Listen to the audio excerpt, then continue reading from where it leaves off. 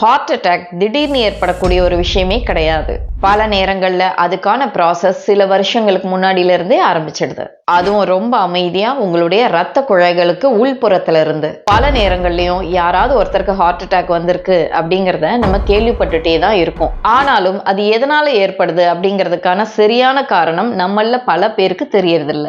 ஒரே வயதுடைய 2 பேர்ல ஒருத்தர் நல்லா ஆரோக்கியமா இருக்காரு, ஆனா இன்னொருத்தருக்கு மட்டும் திடீர்னு ஹார்ட் அட்டாக் வருது. அது ஏன்? இந்த ஹார்ட் அட்டாக் அப்படிங்கிறது ஏற்படுறதுக்கு முன்னாடி நம்ம உடம்புக்குள்ள என்னென்ன நடக்குது? நம்ம உடம்புல 2 விதமான கொலஸ்ட்ரால் இருக்குங்க. அதுல ஒண்ணு எல்டிஎல் கொலஸ்ட்ரால், இன்னொன்னு ஹெச்டிஎல் கொலஸ்ட்ரால். இந்த எல்டிஎல் கொலஸ்ட்ரால் அப்படிங்கிறது கெட்ட கொழுப்புங்க. இது எப்பவுமே நம்ம உடம்புல குறைவான அளவுல இருக்கணும். ஹெச்டிஎல் கொலஸ்ட்ரால் அப்படிங்கிறது நல்ல கொழுப்புங்க. இது நம்ம உடம்புல அதிக அளவுல இருக்கணும். உங்க வீட்டுல ஒரு வாட்டர் பைப் இருக்குன்னு வச்சுக்கோங்களேன். அது புதுசா இருக்கும் போது தண்ணியை திறந்து விட்டீங்கன்னா வேகமா அந்த பைப் வழியா தண்ணி வெளியேறும். அதுவே சில வருடங்கள் ஆயிடுச்சுன்னா அந்த பைப்போட உள்புறத்துல ஓரங்கள் எல்லாமே அழுக்குகள் நிறைய சேர்ந்துடும். அதனால தண்ணியால வேகமா முன்ன மாதிரி வெளியே வர முடியாது இல்லைங்களா? ஏன்னா அழுக்குகளை நிறைய இடத்த அடைச்சிக்கிறதுனால தண்ணீர் வரக்கூடிய அந்த பாதை அப்படிங்கிறது குறுகலாயிடும்.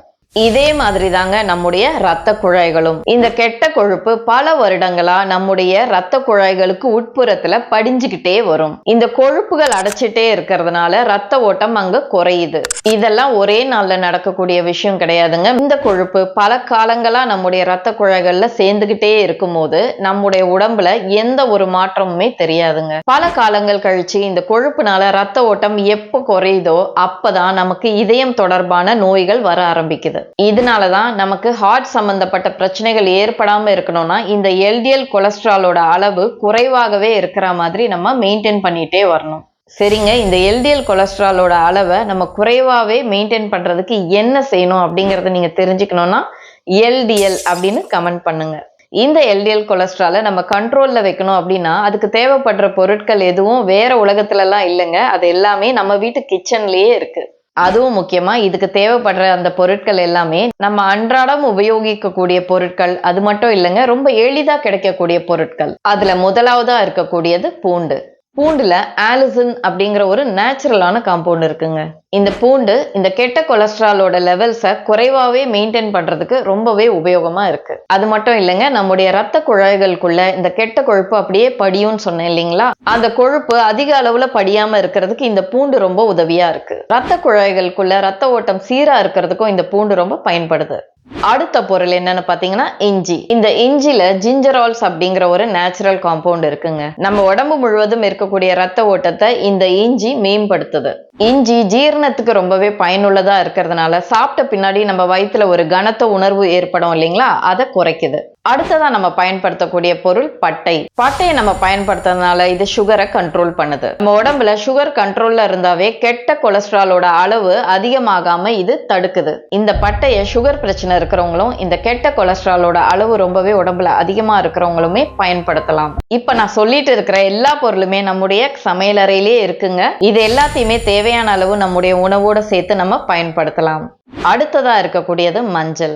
மஞ்சள்ல குர்குமின் இருக்குங்க. நம்ம உடம்புல நல்ல கொழுப்போட அளவுகளை அதிகரிக்கிறதுக்கு இந்த மஞ்சள் ரொம்ப பயன்படுது.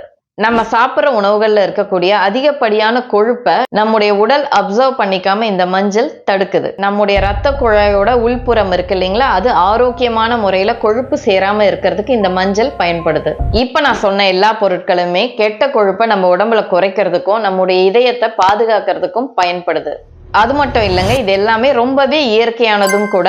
இதெல்லாம் பயன்படுத்தி நீங்க ஒரு ட்ரிங்க் மாதிரி தயாரித்து கூட குடிக்கலாம். இதுல ரொம்ப முக்கியமான ஒரு விஷயமே, நீங்க இப்படி தயாரிச்சு அதை குடிக்கிறீங்கன்னா இதை தொடர்ந்து செய்யணுங்க. ஒரு நாள் செய்யறது ஒரு நாள் செய்யாம இருக்கிறது அப்படின்னு நம்ம பண்ணும்போது சரியான பலன்கள் அதனால நமக்கு கிடைக்கிறது இல்லை. நிறைய பேருக்கு இதை தயாரித்து குடிக்கிறது அப்படிங்கிறது ஒரு பிரச்சனையே கிடையாதுங்க. ஆனா தொடர்ந்து ஒரு நாள் விடாம அதை செய்யறது மட்டும்தான் அவங்களுக்கு பெரிய பிரச்சனையே. சில நேரங்கள்ல நம்ம ரொம்ப பிஸியா இருப்போம். சில நேரங்கள்ல பாத்தீங்கன்னா நம்ம வெளியே எங்கேயாவது டிராவல் பண்ணி போக வேண்டிய அவசியம் இருக்கும். சில நாட்கள் நம்மளே ரொம்ப டயர்டா இருப்போம். அதை வேற நம்ம தயாரிச்சு குடிக்கணுமே அப்படின்னு சொல்லிட்டு அதை செய்யாமையே கூட அன்னைக்கு விட்டுருவோம். நான் சொன்ன அந்த பொருட்களை வச்சு உங்களுக்கு தினமுமே ஒரு ட்ரிங்க் தயாரிச்சு குடிக்கிறது அப்படிங்கிறது உங்களுக்கு கடினமா இருக்கு அப்படின்னா நீங்க இந்த செசா கொலஸ்ட்ரோஃபிட் ஜூஸை பயன்படுத்தலாம். கெட்ட கொழுப்பை கண்ட்ரோல்ல வச்சிருக்கக்கூடிய எல்லா இயற்கையான பொருட்களையுமே இந்த ஜூஸ்ல சேர்த்திருக்காங்க. இதுல இஞ்சி, பூண்டு, மஞ்சள், பட்டை, ஆப்பிள் சிடார் வினிகர், தேன் மற்றும் எலுமிச்சை சாறு கலந்திருக்கு. அது மட்டும் இல்லைங்க, இதை தயாரிக்கிறதுக்கு அப்படின்னு நமக்கு தனியா நேரம் எதுவுமே தேவைப்படாது. நீங்க இதை உடனடியா தண்ணீர்ல கலந்து பயன்படுத்தலாம். கொலஸ்ட்ராலை குறைக்கிறதுக்கான பொருட்கள் எல்லாமே நம்ம ஏற்கனவே பார்த்தோம் இல்லைங்களா? அதுல ஒரு 3 பொருட்கள் இதுல அதிகமாவே சேர்த்திருக்காங்க. அது என்னன்னு பாத்தீங்கன்னா ஆப்பிள் சிடார் வினிகர், எலுமிச்சை சாறு மற்றும் தேன். இந்த ஆப்பிள் சிடார் வினிகர் அதிகப்படியான கொழுப்பு நம்முடைய ரத்த குழாய்கள்ல சேராம பாதுகாக்குது. நம்ம உடம்புல இருக்கக்கூடிய நல்ல கொலஸ்ட்ராலையும் கெட்ட கொலஸ்ட்ராலையும் சரியான அளவுகள்ல மேனேஜ் பண்றதுக்கும் இந்த ஆப்பிள் சிடார் வினிகர் பயன்படுது. எலுமிச்சை சாறுல வைட்டமின் சி இருக்கு. நம்ம உடல்ல இருக்கக்கூடிய செல்ஸ் டேமேஜ் ஆகாம இது பாதுகாக்குது. கல்லீரலோட செயல்பாட்டிற்கு இந்த எலுமிச்சை சாறு ரொம்பவே பயனுள்ளதா இருக்குங்க. இதுல முக்கியமான விஷயம் என்னன்னா, கல்லீரல் தான் கொலஸ்ட்ராலை மேனேஜ் பண்ணுது. இதுல தேன் சேர்க்கப்பட்டிருக்கிறதுனால உங்களுக்கு குடிக்கிறதுக்கு ரொம்ப எளிதாகவும் சுவையாகவும் இருக்குது. நீங்க இந்த ஜூஸை பயன்படுத்தணும் அப்படின்னா அது பயன்படுத்துறதுக்கு முன்னாடி இதை நல்லா ஷேக் பண்ணிக்கோங்க. இந்த மெஷரிங் கப்ல ஒரு 30 ml அளவு மட்டும் நீங்க ஜூஸை எடுத்துக்கோங்க. 100 ml தண்ணீர் எடுத்துக்கோங்க. அதுல இந்த 30 ml ஜூஸை கலந்து உடனே நீங்க குடிக்கலாம். ஒரு நாளைக்கு 2 முறை இதை பயன்படுத்தலாங்க. காலையில ஒரு வாட்டி நீங்க இதை குடிக்கலாம்.